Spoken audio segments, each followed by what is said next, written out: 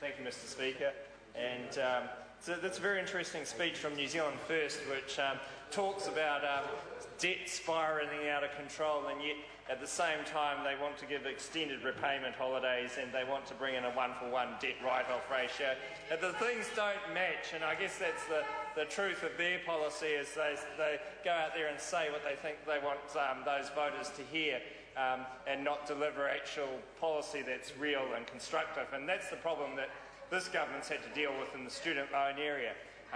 It was a process done by the previous administration, interest-free student loans, led to support amongst the student body, as you would no doubt expect, but it also meant that there were a couple of problems with that policy. The first problem with it was that it created a huge debt for New Zealand going forward. And my colleagues talked about how nearly half of the amount of money lent is lost on student loans, and so that's a major contributor to the government's economic situation. And the second thing that it did, it was that it created a situation where you needed to have a cap on the number of students. And so we often hear about our opposition at universities talk about caps on students and blaming the government. Well, it was actually brought in by the Labour Party as part of this policy of interest-free student loans, and I think that's something that needs to be made quite clear, that the Labour Party capped the number of students in New Zealand that could get education. The Labour Party deliberately limited the number of New Zealanders that could get those education opportunities, and it's a bit rich for them to come into the House now and to look otherwise. When we look at this bill, this is an attempt to try and get some of that money back that the student loan budget faces, in the sense that we're requiring borrowers to put a contact person down for StudyLink.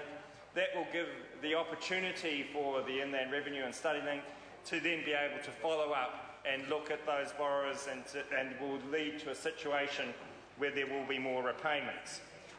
As with anything in this area, it's not a case where you can necessarily say that that will implicate a certain number of repayments.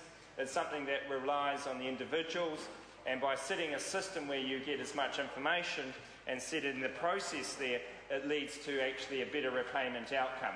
So, in essence, you'll probably see that there's a greater repayment to the Inland Revenue and through StudyLink by the virtue of people having to put down a contact person. There's also some changes around excluding losses from the calculation of income for student loan repayment purposes, and that's also to assist in a greater recovery of that loan repayment. Reducing the repayment holiday from 3 years to 1 is another part of that process, and requiring borrowers to apply for their repayment holiday and provide a New Zealand-based contact person when they go overseas is important as well. So, in essence, this bill is an attempt, and will be a successful attempt, to get some more repayment of that student loan debt. It's something that political parties in this House obviously agree with, apart from the Green Party, and we look forward to it progressing through the House.